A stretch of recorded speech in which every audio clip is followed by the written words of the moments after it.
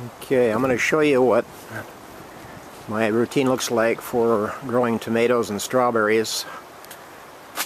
This is Mother's greenhouse. It's about like, maybe about like 6 feet by 8 feet. Not real big, but anyways, I'll show you the routine.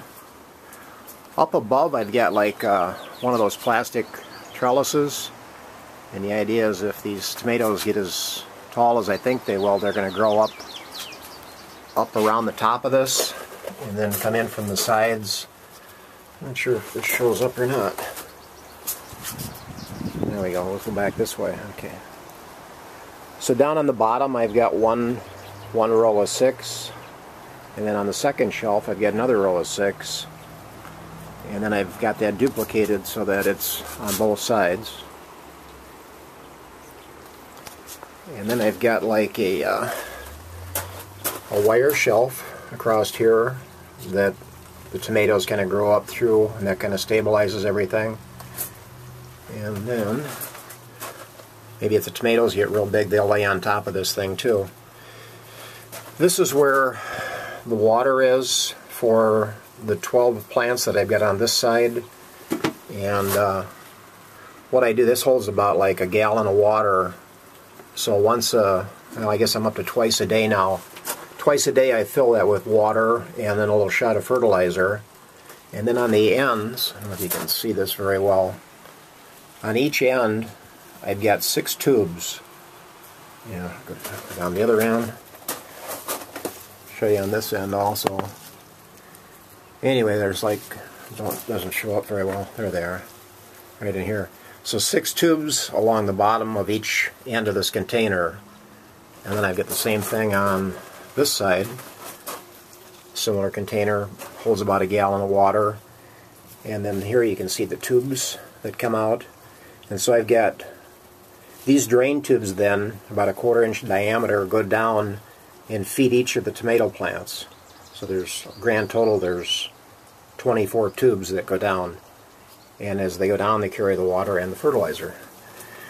So as you can see, there's like a ton of tomatoes and a ton of blossoms. I mean, the blossoms are just like really thick in here.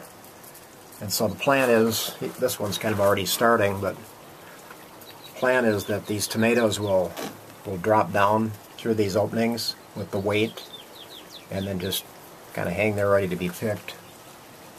And about a week ago I counted, or 2 weeks ago I counted 75 tomatoes, and I think there's probably like got to be 100 or something right now. Over here on this side I use this little fan, and that's how I pollinate the blossoms.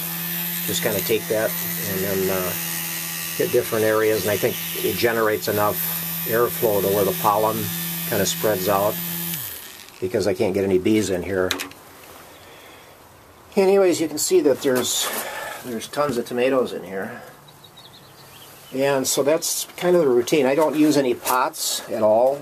I use this drain tile, and then I've got the end is capped off, and then I've got the end raised just a little bit on both ends, so that when I water, the water settles down in the middle, and if there's any overflow it can run out the ends.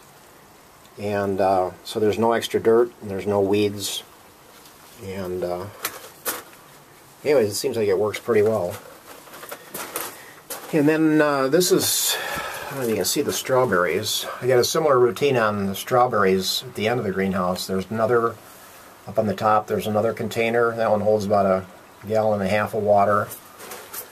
And as you can see over on the end, I've got 2 hoses that come out right here, and I get 2 hoses on the other side that come out, and then they feed each of these. Again, I'm using that drain tile, and that water flows right into here and into here on both sides. So there's like 4 entry points for the water, and this whole thing is set.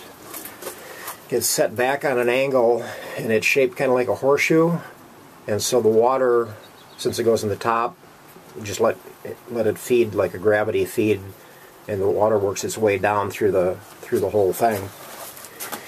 And so here again with 4 points for watering, I get 60 different strawberry plants watered like within just a few minutes. Same on the sides. It just takes me like 3 or 4 minutes and I've got all the tomatoes watered. So you can see these guys are all getting pretty big.